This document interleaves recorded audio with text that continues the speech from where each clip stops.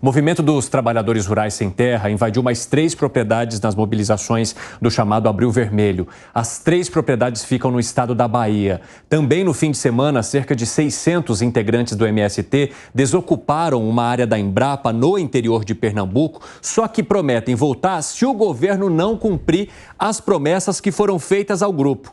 Qual que é uma dessas promessas? O Instituto Nacional de Colonização e Reforma Agrária, o INCRA, e o Ministério do Desenvolvimento Agrário prometeram aos manifestantes que o governo federal vai comprar 5 propriedades na região para assentamento nos arredores de Petrolina. Quero saber de vocês, com promessas e com essas movimentações que não prometem parar, em que ponto está chegando o governo federal em relação à questão da reforma agrária e às invasões de terra neste mandato? Começo contigo, Fábio Piperno. É um tema que está se tornando complicado para o governo, porque o MST também, com as suas pautas, vai se tornando um aliado incômodo. As pautas do MST não são exatamente as pautas que o governo adota. E é evidente que isso também provoca outros setores da economia e também até mesmo os empresários do agronegócio. Então, é necessário, sim, que o movimento dê trégua, mas parece que ele não está querendo fazer isso. Então, realmente, vai haver um momento que eu estou imaginando aí uma ruptura entre governo e MST. Quero saber de você, Gustavo Segré. Vai haver uma ruptura entre governo e MST? Você acredita nessa possibilidade em se tratando de um governo do PT? Na ruptura, não acredito que vai ter ruptura. O que acredito que vai ter mais poder para o MST ou dinheiro para o MST para não ter ruptura.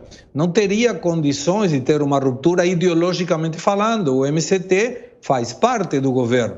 Mas imagino que para chegar ao poder, o governo, o Partido dos Trabalhadores, o presidente Lula tem exagerado talvez nas propostas que fez e nas promessas que fez ao MST. Promessas que claramente não está cumprindo. Então o MST está dizendo, peraí, você me falou uma coisa, agora não está cumprindo, é a minha vez de te pressionar. E a pressão que está fazendo o MST é uma extorsão criminosa, porque são invasões de terras particulares, privadas, e quando tem, por exemplo, a Embrapa, destroem tudo que está no meio. Então é uma situação daquele refrão, né, de pedra no sapato. A pedra é o MST, o sapato é o governo. E a Embrapa, a gente está falando de uma empresa do Brasil que fornece boa parte da tecnologia que tivemos e que temos para o desenvolvimento da agricultura, da pecuária no país.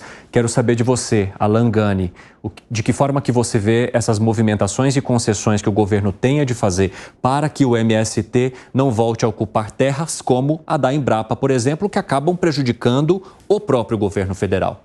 Então, o que o Piperno falou, o Segré também, o MST está se tornando algo muito caro para o governo. Por quê? Porque, diferentemente do passado, hoje a sociedade brasileira abomina esse tipo de coisa. Não cola mais a desculpa da reforma agrária destruindo uma empresa de tecnologia que gera emprego, renda para o país, gera ciência para o país, como a Embrapa, e destruindo também propriedades privadas de fazendas produtivas. Agora, concordo aí com o Segré.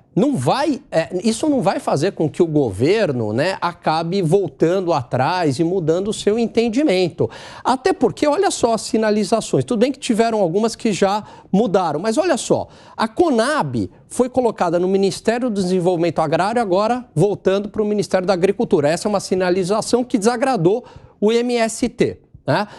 O Stedley viajando com Lula para a China. Quer dizer, isso mostra essa ligação do governo com o MST. E aí, basta a audiência dar um Google aí, facilmente, para mostrar como as ONGs financiavam o MST, porque o dinheiro não ia direto do governo federal para o MST, mas ia para ONGs e essas ONGs financiavam o MST.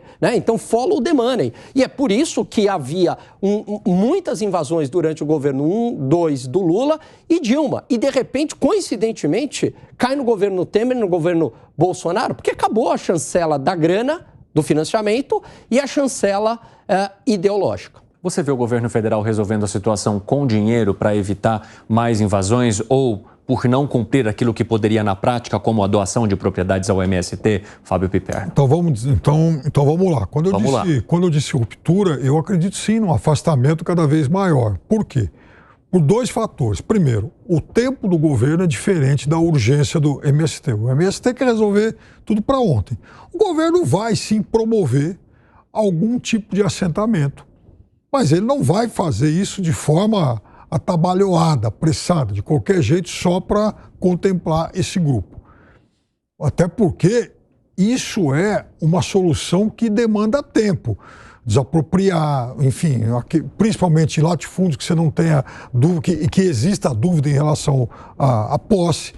Mas são operações grandes para que isso seja. Claro, isso demora. Segunda coisa, o governo não pode se colocar inteiramente em favor do MST, irrigar o MST com muito dinheiro agora, porque o governo também precisa dos votos da bancada do agronegócio para aprovar principalmente a reforma tributária. E a bancada do agronegócio está, inclusive, tentando emplacar uma CPI do MST. O que seria, na minha avaliação, eu já disse isso aqui, seria muito oportuno para que se tornasse não uma CPI do MST, mas uma CPI da questão fundiária do Brasil. Porque aí também temos que investigar muitos centenas de milhares de hectares com posses muito contestáveis pelo Brasil afora e com a cumplicidade de políticos. Aí eu gostaria muito de ver isso realmente investigado a fundo. Com o que concorda, do que discorda, hein, Alangani? Eu vi que você levantou a mão. Não, eu concordo com o Piperno. Essa investigação ela deve ser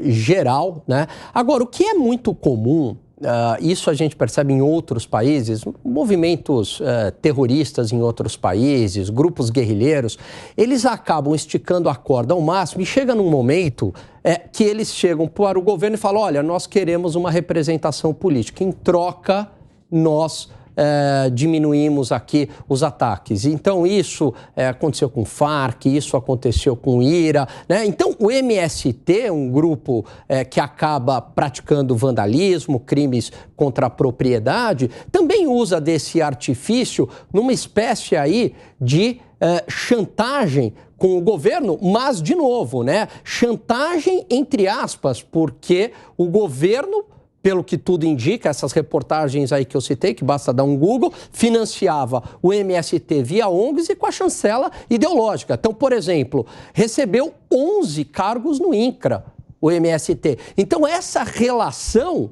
né, ela é muito sinérgica entre MST e governo, só que ela está ficando muito cara agora para o governo, porque a opinião pública está rechaçando esse tipo de coisa. Piperno, rapidamente, também quero passar para a Segré depois. Diga. Não é que o MST recebeu 11 cargos no governo. O MST exigia, né, era uma pauta dele, que o governo trocasse os superintendentes regionais. Isso aí, antes do MST exigir, o governo já deveria ter sido, deveria ter feito, porque esses superintendentes tinham sido nomeados pelo Bolsonaro. Segré, o que você quer colocar? Eu gostaria de fazer uma reflexão. O MST existe desde 1984. A pergunta é quantos anos precisa o governo do PT para melhorar a situação daqueles que não têm terra? Porque foram 14 anos de PT e não conseguiram que os sem terra tenham terra. Então, a reflexão seria, não é que o MST está sendo utilizado politicamente para defender uma bandeira que, quando o PT é governo, não se preocupa para resolver? Apenas uma questão. Está tendo banho-maria aí, Piperno, rapidamente? Não, naquele momento lá atrás se assentou muita gente, aliás, centenas de milhares de famílias. Agora tem mais gente que continua reivindicando a mesma coisa.